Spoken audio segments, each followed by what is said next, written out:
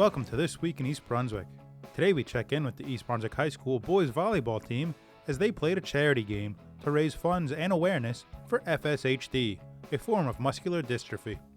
We welcome back Al Nygren to the studio as he has his first of the Filmmaker interviews for the New Jersey International Film Festival, as he speaks with director and an actor from the feature film Forever into Space. Then East Brunswick Public Library Director Mary Ellen Firestone sits down with Tracy Fink to discuss a upcoming fundraiser taking place right here at the East Brunswick Public Library. We also have coverage from the annual Young Musicians Honors Concert, and we'll let you know when to catch it in its entirety. But first, we have information on an upgraded library service that lets cardholders read 40 popular magazines, all for free. So stay with us. This Week in East Brunswick starts now.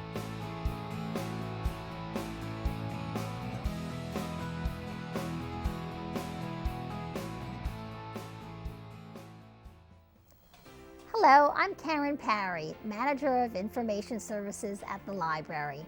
Are you still paying for your favorite magazines each month at the newsstand or grocery store? Well, I'm excited to tell you that the library just renewed our contract with Zinio e-magazines, but with a fresh and exciting selection of many new titles.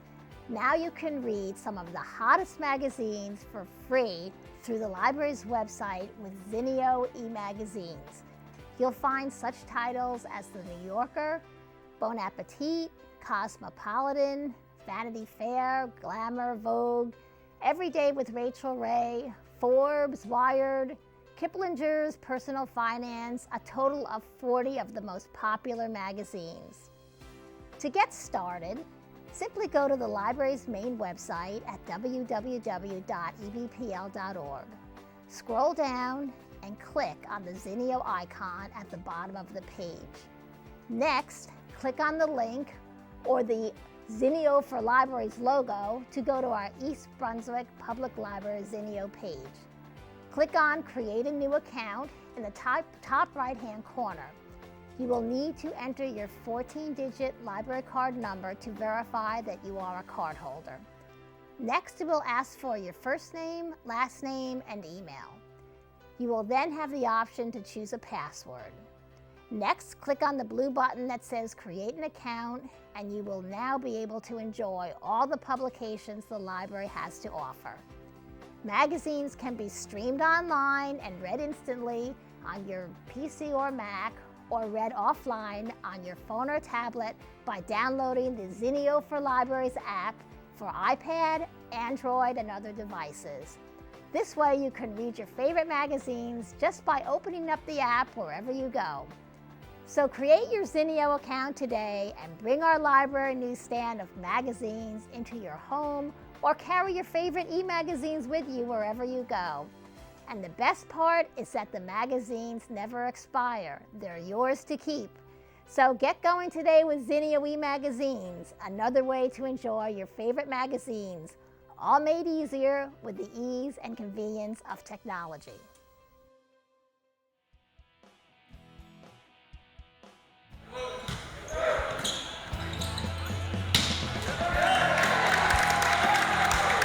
Tonight the volleyball team decided they were going to do a fundraiser, a very good charity event, run this game for FSH muscular dystrophy.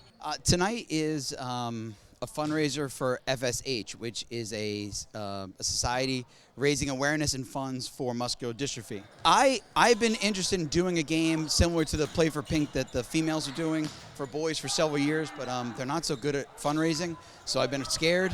And we have a player who actually has FSH, and he said, well, can we do it for this? I've been dying to do something for them. I said 100% yes. So we were all in from the get-go on this organization, and they just gave us carte blanche to do whatever we got to do to raise money and awareness. The coaches, the booster club, everybody's done a great job so far trying to promote this, and we're looking to just raise some money for this great cause. I believe it's all going to be directly donated to the FSH Muscular Dystrophy Foundation, and they're going to try and do the best they can to raise as much money. Both booster and parents have done a great job of selling shirts. They're outside right now, a snack stand, trying to get donations. They're going to help us out with the serve-a-thon. Parents have been great. We're doing a progressive serve-a-thon. It's like a 50-50. We put $25 in the pot. every $5 that they pay, they get 2 balls. They serve one of them in, they get the money that's in the pot. $250 goes to the pot, $250 goes to the foundation. So the more people that serve, the bigger the pot gets, the greater chance they have of winning, you know, 50, 75, $100. Okay, this game, this FSH muscular dystrophy is actually very close to the team's heart. And Mr. Rutz and the team came together and just thought that it would be great to raise money for this foundation. And we actually have 2 coaches that are EB grads on the opposite team at North 13th who decided to get involved, thought it was a great thing for to raise money and charity, so they're here to be involved as well. Well, we the last 2 years we've been scrimmaging North 13 Votech out of Newark because Brian's the coach, because I want to, you know, their program's growing, want to give them an opportunity to see, I guess, better volleyball, kind of grow into it. And then this year, Alex kind of stepped in, has been an assistant coach for Brian. So for the 2 of them to come in, it's been great. 2 big middles that, you know, both have, you know, state title, you know, backing to them and stuff. So it's really cool to be playing against, you know, ex-players. Well, we've played Coach Rutz in East Brunswick for a few years now, and he gave us the invitation to say, you know, it's for muscular dystrophy. And we said, you know, what a wonderful charity. We'd love to play you guys in a nice competitive game. So we'd love to be a part of it. He has a great program here. You know, it's a great charity, and we're thrilled to be a part of it. Yeah, I mean, it always feels good, but you kind of have to get it out of your mind that you used to play here and try to root for your team, which is now North 13 Tech, you know? So always try to keep that in mind every time I come back. But yeah, it's always good. It's always good to be back. It brings back memories for both of us. They're good memories, but at the same time, we want to make some more memories here. So yeah. Agreed.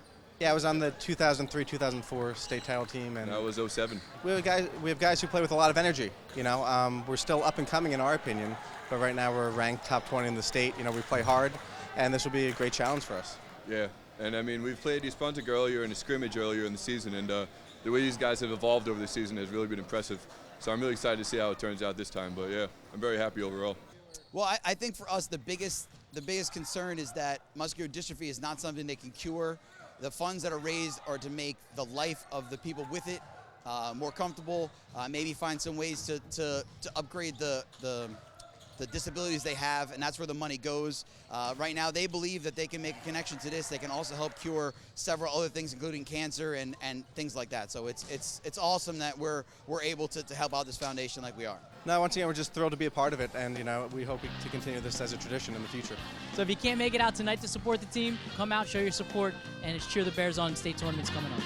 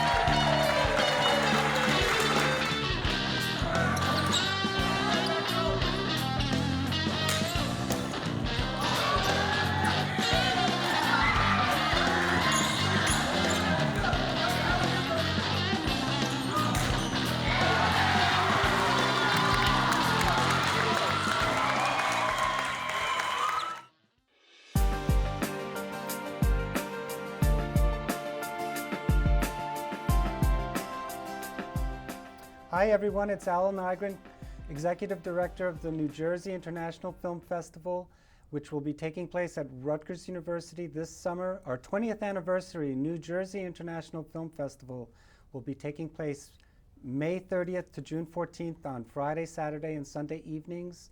Location is Voorhees Hall. It's located next to the Zimmerli Art Museum.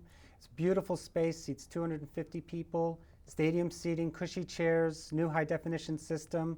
Plus, we get free food courtesy of Jimmy John's for all of the screenings. Today, we have the first of our filmmaker interviews for this season, and we have the added benefit of not only having a filmmaker, but one of the actors in the film. The film is called Forever Into Space. It's directed by Greg Locke, who's here. Hi, Greg. Hello. And also, we have Oliver. Oliver's last name is? Fetter. Fetter. Because I want to say Ollie, because your character in the film is also Ollie. Yep. Well, the film Forever Into Space is a really, really wonderful film. Focuses on a young blogger, Audrey, trying to make her way in New York City and trying to get employed. Tell us a little bit about your film, Greg. Yeah, so I always wanted to live in New York, and it feels impossible when you're from Indiana. So I finally made it here. Some people here saw my first film and convinced me to move here. And my first year here was just sort of learning the city and how it worked and how I fit in. And I just took all that experience, all that knowledge, and I guess I wanted to make like a movie about New York from an outsider perspective. I thought that'd be an interesting thing to do. Tell us about how you got into filmmaking. So I was a writer. I wrote about film and music for a long time professionally. And I was always trying to write screenplays and failing miserably. And it just kind of clicked finally. I figured it out, how to do it, how it worked for me. And I was still writing bad screenplays. They were still not good, but eventually I wrote a couple I liked and I got some confidence. And from there, I just started to play around with cameras and make music videos for friends and, art films. And eventually a documentary. But this film is a feature film, and it focuses on basically 4 young people who are in their 20s trying to find their way. It focuses on Audrey, who's played by Kelly Sebastian. And Kelly is the focal point, but is not the only character in the film.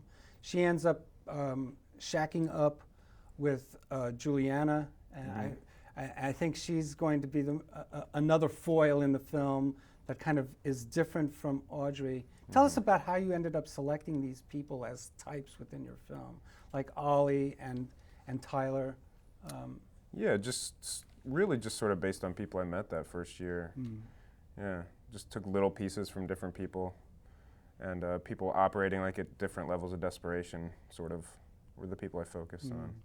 I mean, your film has been compared to Manhattan, Woody Allen's Manhattan. How do you feel about that? I think visually, yeah, there was someone compared it to that. I mean, New York City is also one of the stars of the film. I mean, yeah. That's our lead character, the city, pretty much. As much as it is like Audrey's story and she holds the arc together, the city is kind of the focus.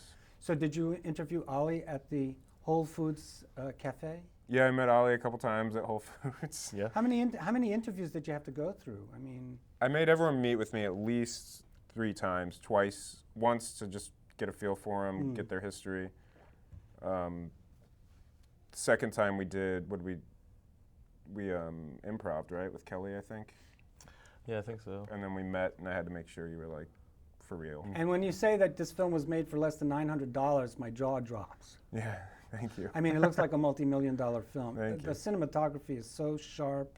You guys look great, and the music is really interesting. Cool. And it plays like a non-conventional film that you would see in the multiplex, which is really something that we want to champion. Yeah. A film that's made by real people about real people. Yeah.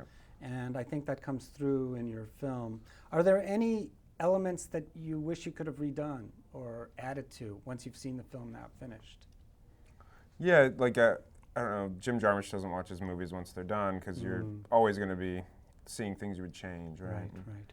I've gotten to that point now where it's hard to watch it because Really? there's a million just little things I could have done better, differently, but doing like directing and camera, doing several things at once, you can't do any of them all the way right, so. Yeah.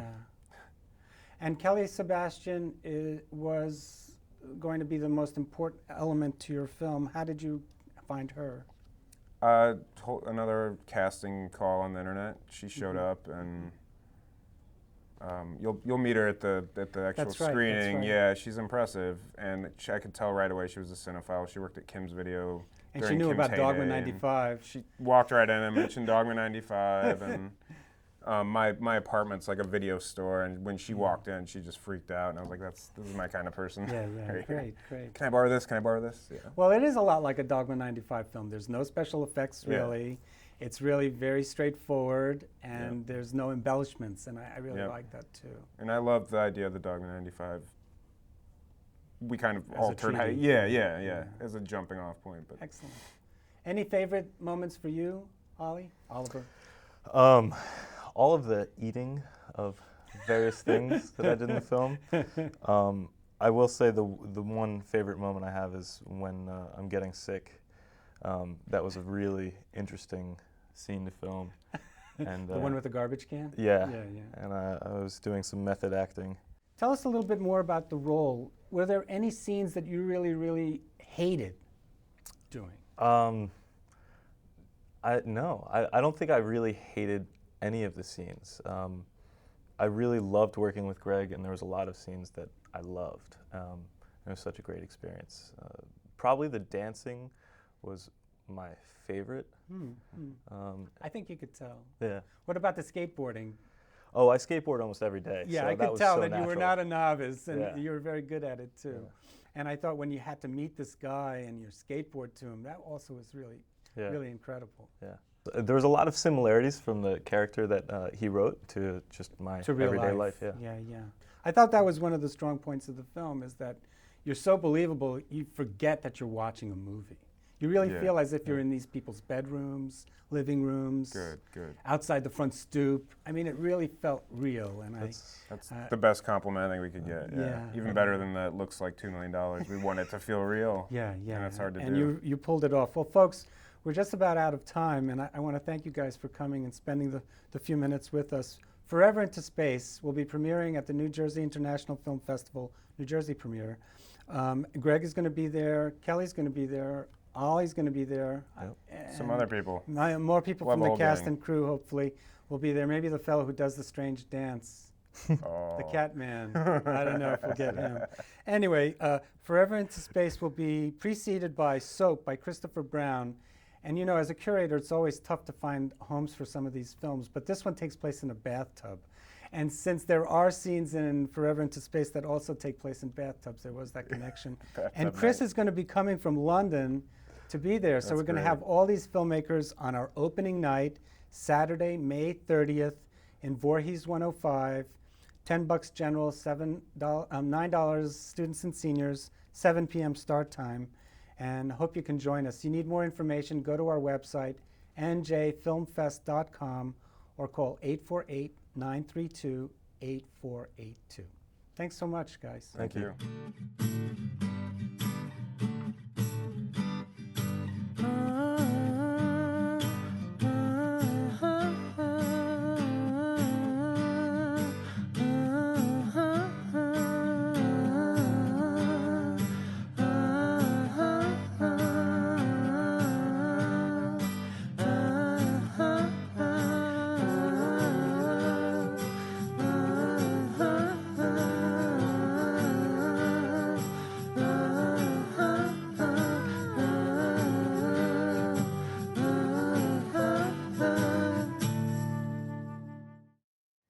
Hi, I'm Mary Ellen Firestone, the director of the East Brunswick Library, and I'm very pleased to have with me today Tracy Fink, who is the vice president of the library's foundation.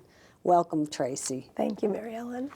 Today we're going to talk about our very exciting event that's coming up. It's called Roots and Wings, and why don't you tell us a little bit about that event?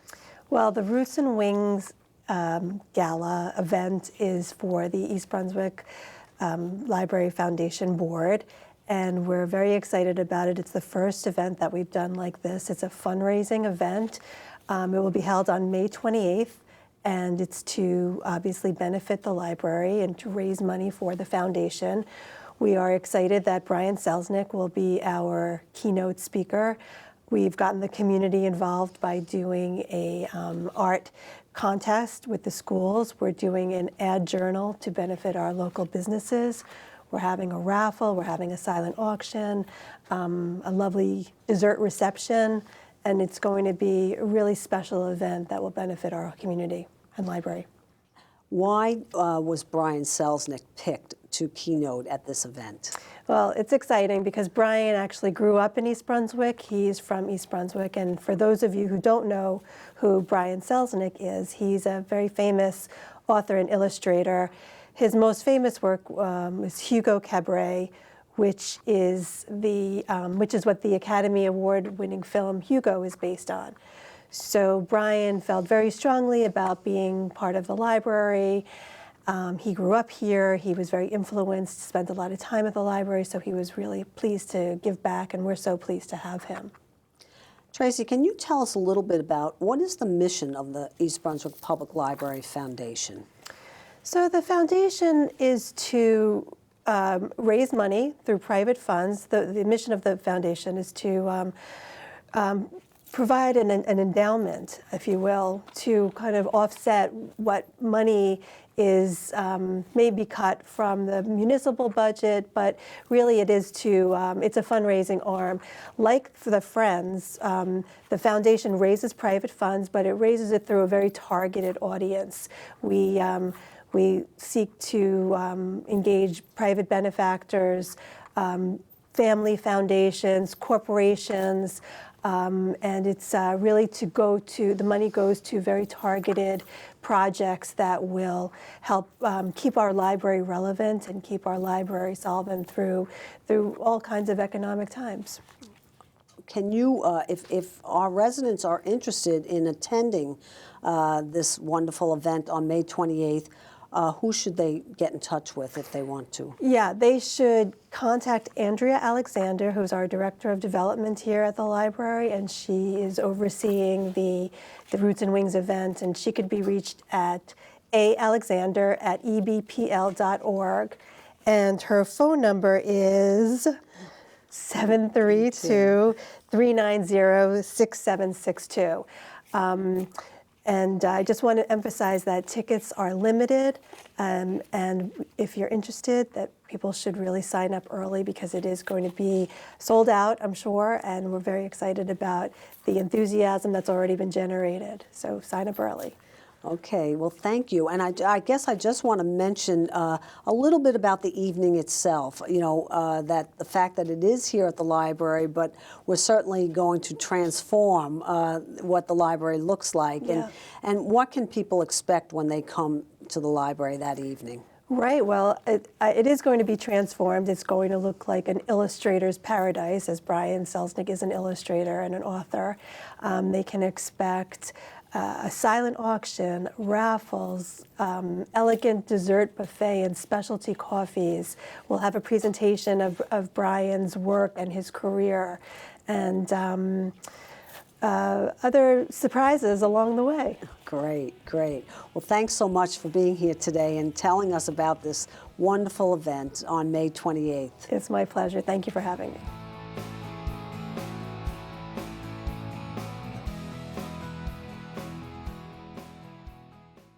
The East Brunswick Arts Commission and the East Brunswick Board of Education once again sponsored the 31st Annual East Brunswick Young Musicians Honors Concert. EBTV was there to film the event, and you can catch it in its entirety from May 23rd through June 7th, Saturdays at 8 p.m., Sundays at 4 p.m., and Fridays at 5 p.m., as well as video on demand at ebtv.org. Let's check out some of the performances.